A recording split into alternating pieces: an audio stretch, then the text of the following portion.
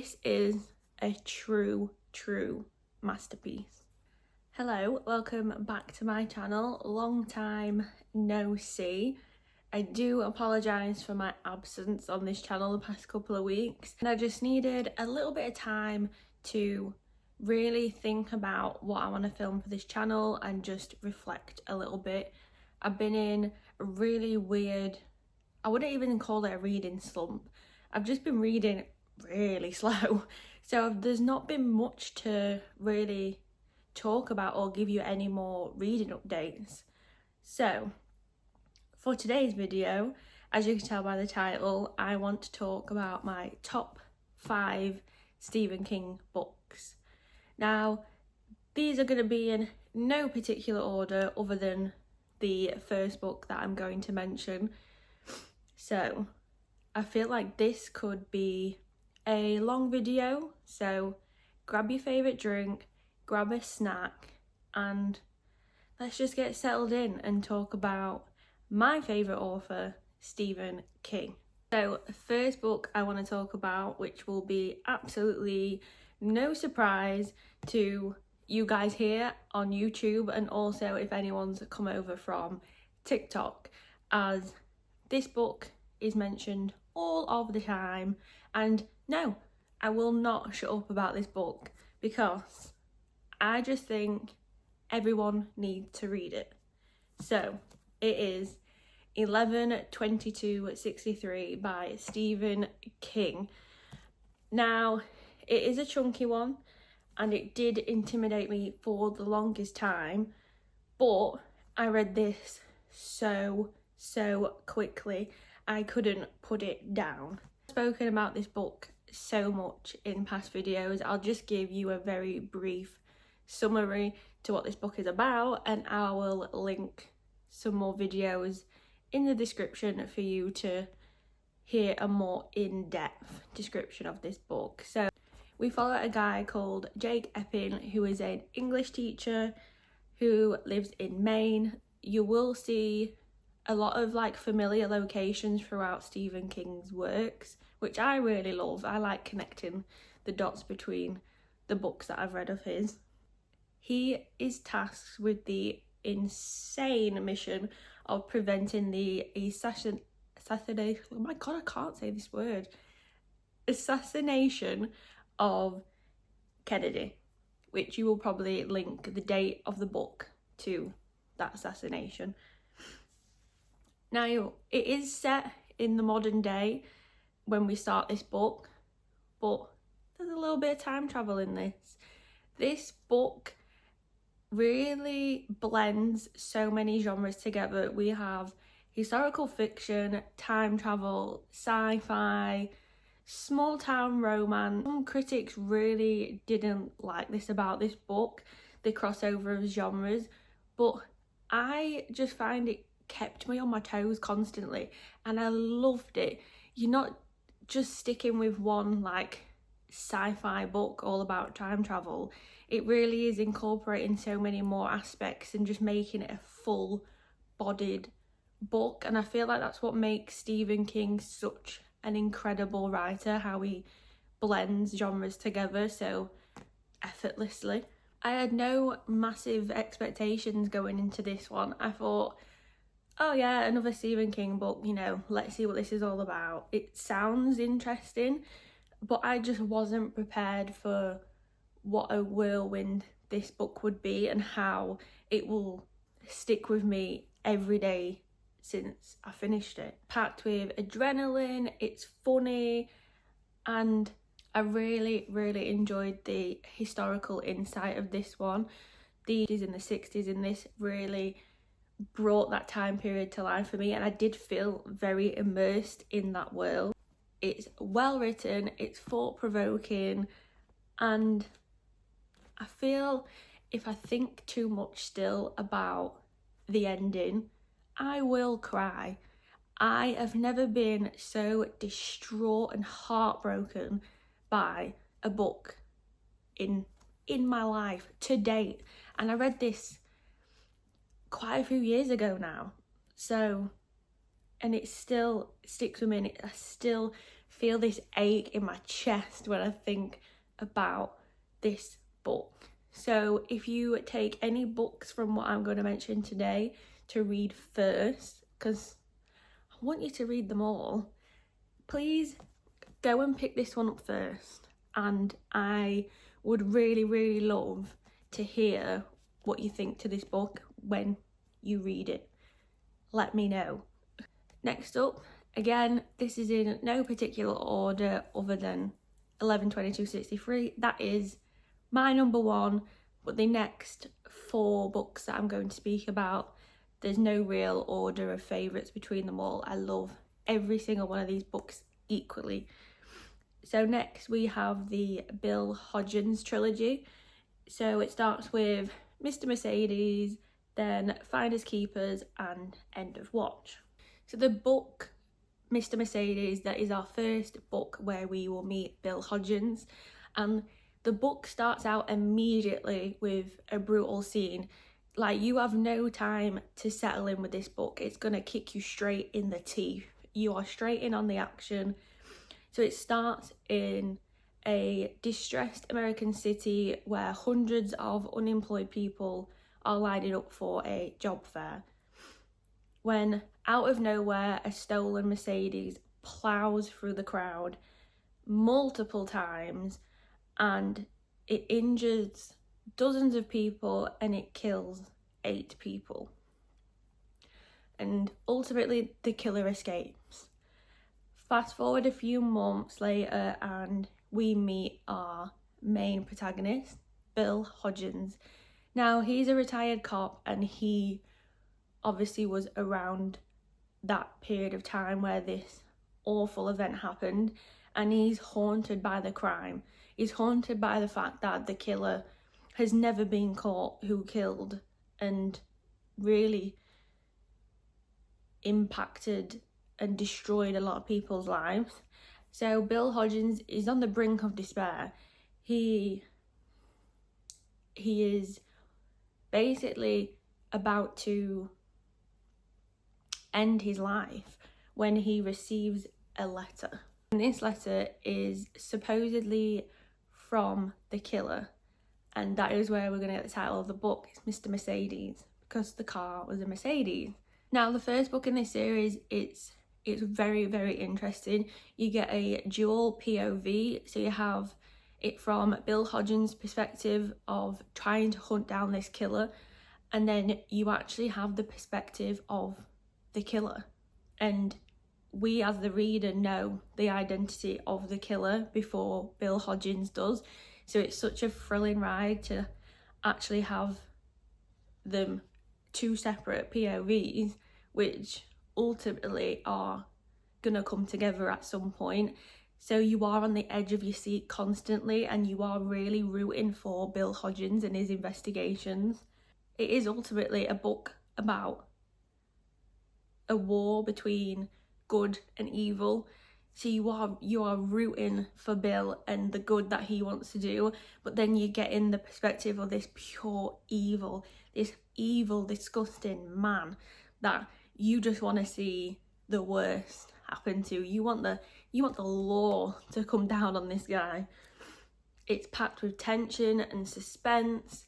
The whole series, the trilogy, is all packed with suspense, and you will read these books so fast. If you want a really good fast-paced thriller and a really good crime drama, these books are going to bring that for you. The trilogy follows Bill Hodgins throughout. This is all about Bill Hodgins, but along the way we are introduced to other characters. So we have Holly Gibney and Jerome Robinson and they really build this amazing tight relationship where they become family throughout this series, and it's so heartwarming. It's one of the really lovely aspects of this trilogy.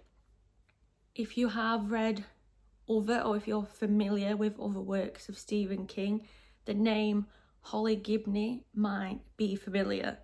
So she starts and gets introduced in this trilogy, but Stephen King goes on to write about her multiple times. So we see her in The Outsider, and there is a short story about her in If It Bleeds, and then recently he actually brought out a solo book all on Holly called Holly. And if I remember correctly, I think his new release this year, Never Flinch, also Holly appears in that. I think I might have to look that one up and maybe leave a note on this bit of the video if that's true. But I believe that she is, and I really love Holly's character, and this series is your introduction to her. So maybe if you're wanting like a reading order of her timeline, you would start with this series and then move on to The Outsider. I think this is the order I read it anyway, and I think it is the release order, so be sure to check those ones out as well after you've read this trilogy. Number 3 on the list, we have Dr. Sleep. So you all know my love for The Shining, which, spoiler alert, I'm going to be talking again about it, but I'm going to leave that till the end. But number 3, we have Dr. Sleep, which is the follow-on, obviously, from The Shining. And we pick up with Dan Torrance, where he is now a middle-aged man. He's all grown up, but unfortunately he has sort of fell down the same paths as what his dad did, Jack Torrance, and he's battling the same demons. He's an alcoholic, he's violent, he's abusive, and he really wants to just break those habits and he wants to start fresh. So he moves to, where does he move now? Oh my gosh, I can't remember where he moved to. Again, I'm going to put that on the screen. He moves away basically, and he joins an AA group where he's seeking out help. He wants to rebuild and he wants to make a better life for himself, but obviously he's still haunted with the demons of the Overlook, and he's still in touch with The Shining. But because of these AA meetings, he ends up with a job as an orderly in a hospice, where he earns the name Dr. Sleep because he helps the elderly in their final moments go just more peacefully and more at ease. So that is the beginning. That is where we're gonna reunite with Dan Torrance, but the main bulk of the story is something so much more complicated. It's not all Danny's road to recovery. That is a side story to this book, but the main book you're gonna get is his relationship between a young girl named Alba, and she also has the shining like Darren.